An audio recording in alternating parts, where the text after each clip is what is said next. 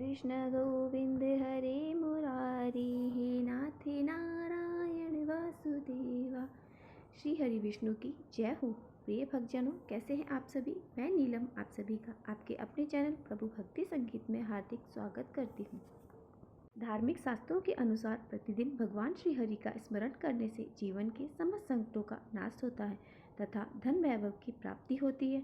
भगवान विष्णु जगत का पालन करने वाले देवता हैं। उनका स्वरूप शांत और आनंदमय है।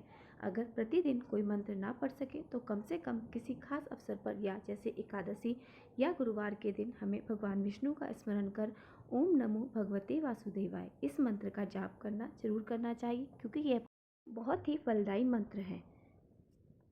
भगवान श्री कृष्ण धर्मराज युधिष्ठिर को माघ मास के कृष्ण पक्ष की एकादशी का महात्म बताते हुए कहते हैं कि हे राजन, माघ मास के कृष्ण पक्ष की एकादशी सटतिला एकादशी या पाप हारने के नाम से विख्यात है, जो सब पापों का नाश करने वाली है। इस दिन तिल से बने हुए व्यंजन या तिल से भरा हुआ पात्र दान करने से अनंत पुण्य की प्राप्ति होती है। पद्म पुराण में वर्णित है कि तिलों के बोने पर उनसे जितनी शाखाएं पैदा होती हैं, उतने हजार वर्षों तक दान करने वाला व्यक्ति स्वर्गलोक में प्रतिष्ठित होता है। सटतिला एकादशी का व्रत करने से मनुष्य की आध्यात्मिक उन्नति होती है, सभी प्रकार के पापों से मुक्ति मिलती है।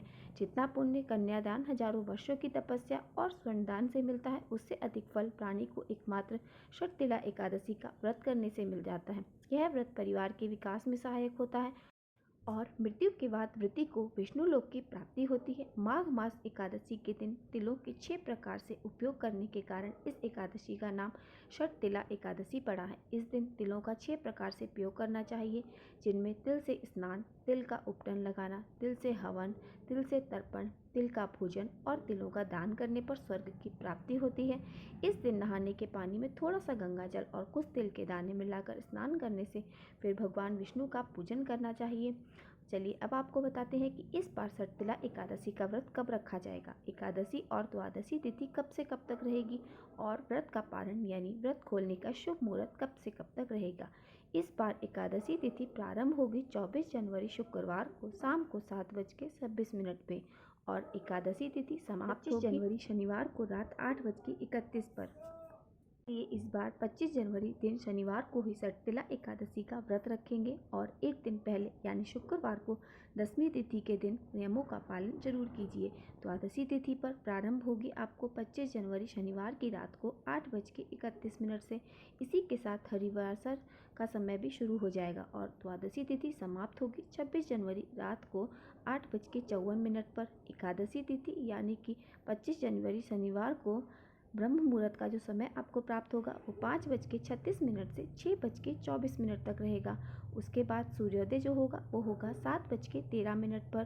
सूर्यास्त उस दिन होगा 6:05 पर।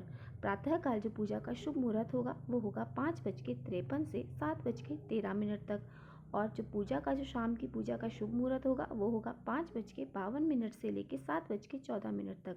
उसके बाद बात करें राहु काल समय की, तो राहु काल समय 9 बजे से लेके 10:30 बजे सुबह तक रहेगा। सुबह की पूजा जहाँ तक हो सके राहु काल का समय होने से पहले या फिर उसके बाद आपको करनी है। उसके बाद द्वादशी तिथि यानी कि जो द्वादशी तिथि कब होगी वो होगी 26 जनवरी रविवार को सुबह और सूर्योदय होगा 7:13 पे और सूर्यास्त होगा 6:24 पर। ब्रह्म मुहूर्त जो उस दिन है वो है 5:36 से 6:24 तक। बात करें प्रातःकाल पूजा शुभ मुहूर्त की, तो वो होगा उस दिन 5:52 से 7:13 तक। अब बात करते हैं अभिजीत मुहूर्त की, तो अभिजीत मुहूर्त उस दिन आपको प्राप्त होगा 12:17 से 1:01 तक और राहु काल उस दिन जो समय होगा वो होगा 4:30 से लेके 6 बजे तक और उस दिन हरिवासर का समय भी समाप्त हो जाएगा। तो फिर उसके बाद में 26 जनवरी को रविवार को सुबह 2 बजे तक यानी कि शनिवार की मध्य रात्रि का जो समय होगा उस समय तक आप रविवार को शुभ मुहूर्त में व्रत का पारण कर सकते हैं और व्रत पारण का मुहूर्त जो रहेगा वो होगा 26 जनवरी को सुबह 7:12 से लेके 9:05 तक। आपको इस समय तक आपको व्रत का जो मुहूर्त है वो खोल लेना चाहिए। किसी भी कारण से आप अगर सुबह व्रत ना खोल पाएँ तो ऐसे में आपको दोपहर में 1 बजे से लेकर 3 बजे के बीच में आप एकादशी का व्रत खोल सकते हैं। एकादशी तिथि का व्रत खोलने के समय, शुभ मुहूर्त और पूरी जानकारी आशा करती हूँ कि आप सभी को आज की वीडियो पसंद आई होगी। अगर इसमें थोड़ी सी भी जानकारी आपको प्राप्त हुई हो तो प्लीज़ मेरी वीडियो को लाइक करें और मेरे साथ जुड़े रहने के लिए चैनल को सब्सक्राइब अवश्य कर लें। तो मिलते हैं हम आपसे अगली वीडियो में। श्री हरि विष्णु की कृपा सदैव आप पर और आपके परिवार पर बनी रहे।